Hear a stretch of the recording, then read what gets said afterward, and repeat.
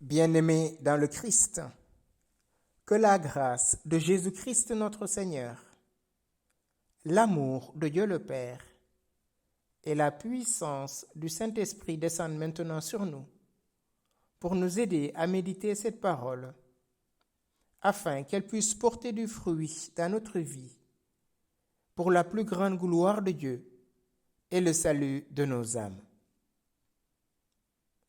En ce 5e dimanche du temps ordinaire, j'aimerais méditer avec vous l'évangile de Jésus-Christ selon saint Marc, au chapitre 1, du verset 29 au verset 39.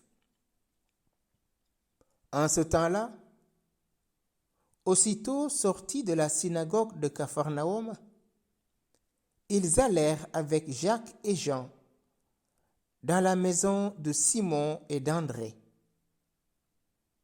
Or, la belle-mère de Simon était au lit. Elle avait de la fièvre.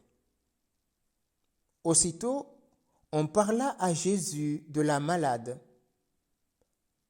Jésus s'approcha, la saisit par la main et la fit lever. La fièvre la quitta et elle les servit. Le soir venu, après le coucher du soleil, on lui amenait tous ceux qui étaient atteints d'un mal ou possédés par des démons. La ville entière se pressait à la porte. Il guérit beaucoup de gens atteints de toutes sortes de maladies et il expulsa beaucoup de démons. Il empêchait les démons de parler parce qu'ils savaient, eux, qui il était.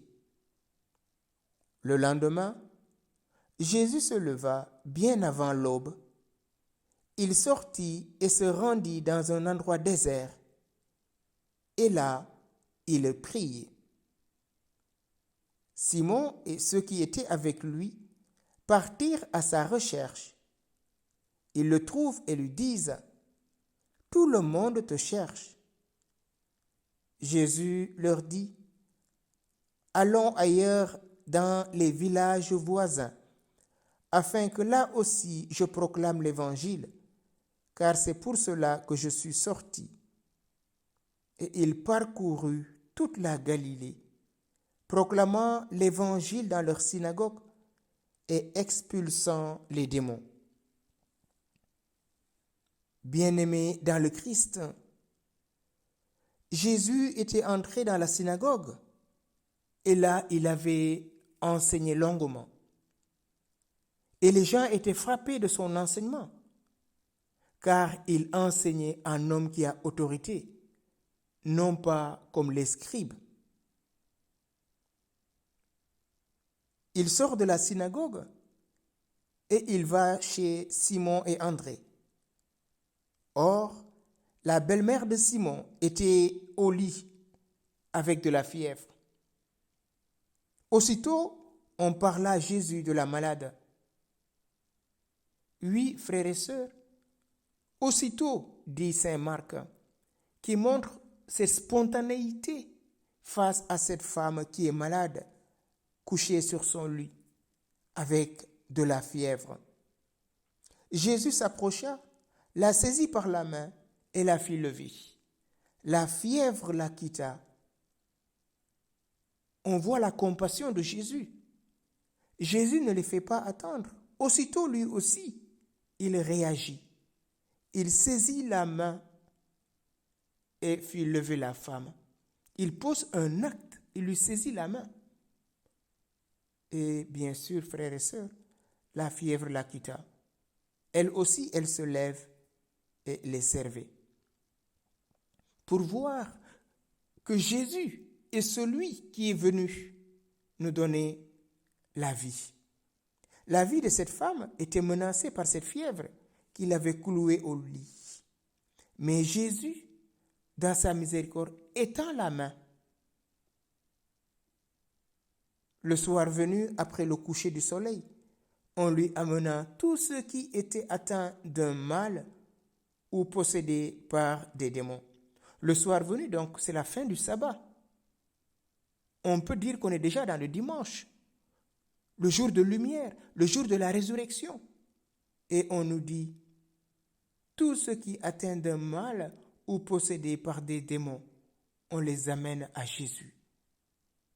La ville entière se pressait à la porte parce que la nouvelle était déjà répandue que Jésus est à Capharnaüm. Il guérit beaucoup de gens atteints de toutes sortes de maladies et il expulsa beaucoup de démons. Voilà les signes qui accompagneront ceux qui croiront. En mon nom, dit Jésus, ils imposeront les mains aux malades, ils seront guéris. Parce que lui-même a guéri les malades en les tenant par la main ou en leur imposant la main ou en posant un geste. Il guérit beaucoup de gens atteints de toutes sortes de maladies et il expulsa les démons. Marc est très marqué par l'exorcisme que Jésus exerce sur les forces du mal. Non seulement il les expulse, mais il les empêche de parler parce qu'il savait qui il était. Sinon, cela pouvait contrecarrer le ministère de Jésus s'il les laissait répandre qui il était. Faire connaître qui il était, alors ce n'était pas le moment. Il sortit et voilà que les hommes étaient libérés et guéris. Bien sûr, le diable sait qui est Jésus. Et pourtant, il attaque la vie de ces personnes. Mais Jésus est plus fort que le mal. Il chasse le mal. Le lendemain, Jésus se leva. Bien avant l'aube, il sortit et se rendit dans un endroit désert. Et là, il priait. Jésus n'est pas pris par le succès. Jésus sort discrètement pour commencer sa journée en présence de son Père, dans la prière. Tout ce que je fais, je l'ai appris de mon Père, dit Jésus. Et donc c'est dans ce cœur à cœur, dans cette prière, qu'il reçoit sa mission du Père, qu'il reçoit sa force du Père, qu'il reçoit tout l'amour du Père. Il alla dans un endroit désert, avant l'aube. Personne ne savait où il était, mais lui a trouvé ce moment propice pour se mettre en connexion avec son Père. Il priait. Le succès apostolique peut tellement nous emballer qu'on oublie de rendre grâce au Père, source de toute bonté, source de toute miséricorde. Mais Jésus, il prie. Simon et ceux qui étaient avec lui partirent à sa recherche. Ils le trouvent et lui disent, tout le monde te cherche. Pourquoi le monde cherche-t-il Jésus? Est-ce parce qu'ils sont guéris? Ou bien ils commencent à se laisser toucher par l'amour de cet homme? Est-ce un début de foi? Marc ne précise pas. Jésus leur dit, allons de l'autre bord. Oui, tous te cherchent, Seigneur. Aujourd'hui, si toute notre humanité se tournait vers Jésus et le cherchait, ça serait une très belle chose. Jésus leur dit, allons ailleurs dans les villages voisins, afin que là aussi je proclame l'évangile, car c'est pour cela que je suis sorti. Jésus est sorti pour nous révéler le Père, pour nous donner les paroles du Père, pour nous donner la tendresse du Père. Lui, il est préoccupé par l'annonce de l'évangile, la proclamation de l'évangile, mais pas le succès apostolique. Allons ailleurs, dans les villages voisins, afin que là aussi je proclame l'évangile, car c'est pour cela que je suis sorti. Il parcourut toute la Galilée, proclamant l'évangile dans leur synagogue et expulsant les démons. Oui, Jésus va opérer des guérisons. Il va chasser ces esprits qui possédaient ces personnes et qui les rendaient malades. il annonce aussi le royaume. Jésus est venu pour cela. Il est vrai que certains, avec la grâce de Dieu, trouvent dans la souffrance un chemin qui les fait grandir. Mais la souffrance reste un mal. Tous ces hommes et ces femmes accablés par le mal, Jésus ne peut pas rester indifférent. Et tous nos efforts pour lutter contre les souffrances des hommes vont dans le sens du projet de Dieu. Car Dieu sauve les hommes et non des âmes désincarnées. La prédication de l'Évangile n'est pas que parole qui s'adresserait à l'intelligence ou à la conscience. Elle est en même temps et inséparablement lutte contre ce qui fait souffrir les hommes. Raison pour laquelle Jésus parcourit la Galilée en enseignant et en expulsant les démons.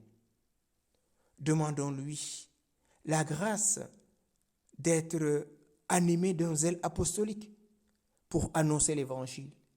Et l'Évangile n'est pas réservé aux religieux, religieuses, aux prêtres, mais l'Évangile, tout baptisé, est appelé à le porter jusqu'aux extrémités de la terre.